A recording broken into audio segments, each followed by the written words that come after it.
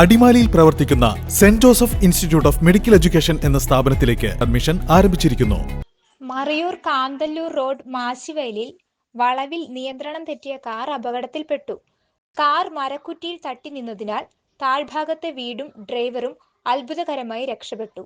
രാവിലെ 10:30 അപകടം. കോയമ്പത്തൂർ സ്വദേശിയുടേതാണ് വാഹനം. കാന്തല്ലൂരിൽ നിന്നും കോയമ്പത്തൂരിലേക്ക് പോകും വഴി വളവിൽ നിയന്ത്രണം കിട്ടാതെ മറിയുകയായിരുന്നുവെന്ന് ഡ്രൈവർ പറഞ്ഞു. ഡ്രൈവർ മാത്രമായിരുന്നു വാഹനത്തിൽ. പൊതുവെ വീതി കുറഞ്ഞതും കൊടും വളവുകളും ചെരിവുകളോടും കൂടിയ ഇവിടുത്തെ മലയോര പാതയിൽ പുതിയതായി വാഹനം ഓടിച്ചെത്തുന്നവർക്ക് ബുദ്ധിമുട്ടാണ്.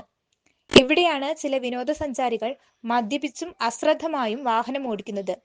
ഇത് നിരീക്ഷിക്കാനോ നിയന്ത്രിക്കാനോ അധികൃതർ തയ്യാറാകുന്നില്ല എന്ന ആരോപണവും ശക്തമാണ്. ഇവിടെ വന്ന് ഹിൽസ് ഏരിയയാണ്. പിന്നെ ഒരു പരിധി കൂടി സ്പീഡിൽ ഓടിച്ചാൽ അത് ഇതുപോലെ സംഭവിക്കും.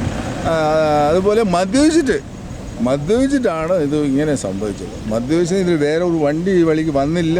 പുള്ളി സ്വയം വന്നതാണ്. വന്ന വരവിലങ്ങ് തട്ടി അധിക സ്പീഡിൽ വന്ന് വണ്ടി പുള്ളിക്ക് നിയന്ത്രിക്കാൻ പറ്റാതെ അങ്ങ് പുള്ളി വിട്ടു.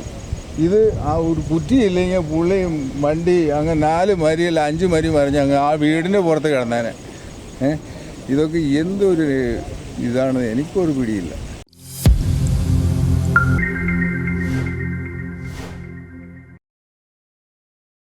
അടിമാലിയിൽ പ്രവർത്തിക്കുന്ന saint Joseph institute of medical education എന്ന സ്ഥാപനത്തിലേക്ക് അഡ്മിഷൻ ആരംഭിച്ചിരിക്കുന്നു.